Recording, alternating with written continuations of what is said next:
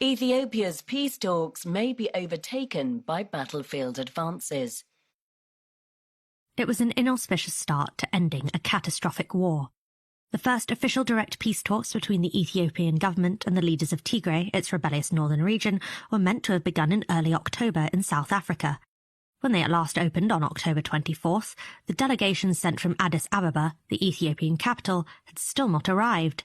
Its chief negotiator, Ethiopia's Deputy Prime Minister, Mekelle, failed to show up at all. Thus, the first scheduled day of talks slipped by without progress. There ought to be no time to waste.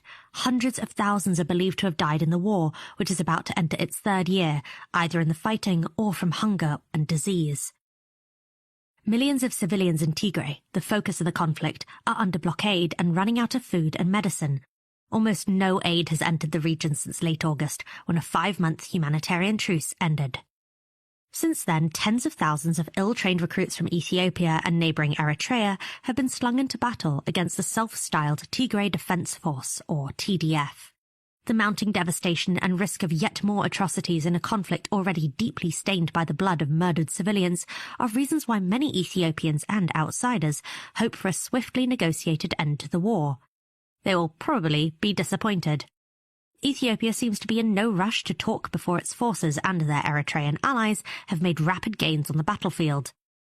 On October 17th, they captured the strategic town of Shire, and soon after that the historic cities of Adwa and Aksum.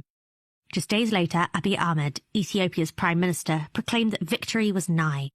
Federal forces now appeared to be closing on Mekelle, Tigray's regional capital. This raises the prospect of Tigray's leaders, the Tigrayan People's Liberation Front, or TPLF, being forced to evacuate the city for the mountains as they did in November 2020. Then, too, Abiy declared victory. Yet Tigrayan troops soon switched to guerrilla tactics and in July 2021 regained control of Mekelle and other key towns. The latest advance of Ethiopian and Eritrean troops into Tigray has sparked an exodus of hundreds of thousands of civilians into the countryside. Many remember the lootings, murder and rapes during the occupation by federal forces last year. Massive displacement again, says a UN official. The numbers are staggering.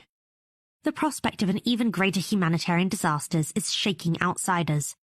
On October 17th, the UN Secretary-General, Antonio Guterres, warned that the situation was spiralling out of control. Both the AU and the UN Security Council have since met to discuss the crisis. In the talks, Tigray's leaders have demanded an immediate halt in fighting, as have the AU and Western countries. But Abiy and Isaias Afwerki, Eritrea's dictator, are unlikely to agree to this. Instead, they seem determined to repeat the trick the TPLF itself pulled off in 1991, when it was a rebel army fighting the oppressive communist junta running Ethiopia. That was to make ongoing peace talks redundant with a decisive military victory. People familiar with the government's plans say it is to install an interim administration in Tigray while it hunts down whatever remains of the TPLF's leadership. There is little reason to believe this effort would be any more successful than a previous attempt in early 2021. And although Tigray's leaders may soon relinquish control of Mekelle, they are unlikely to give up the fight. The only option we have is to resist, says Debretsion Gebre-Michael, the regional president, on October 24th. Indeed, the TPLF's great strength lies in guerrilla warfare. It was using these tactics that it overthrew the central government in 1991, before taking the reins itself for the next 3 decades, and kicked the occupying Ethiopian and Eritrean armies out of Tigray last year. They're going to make Tigray ungovernable, predicts Alex Rondos, a former EU Special Envoy to the Horn of Africa. Abiy, meanwhile, is already battling on other fronts. On October 22nd, rebels in Oromia, the largest region, said a government drone strike had killed scores of civilians there. The task of pacifying Tigray will further stretch Abiy's forces and the country's fast deteriorating economy. A protracted insurgency in Tigray is the last thing Ethiopia needs now.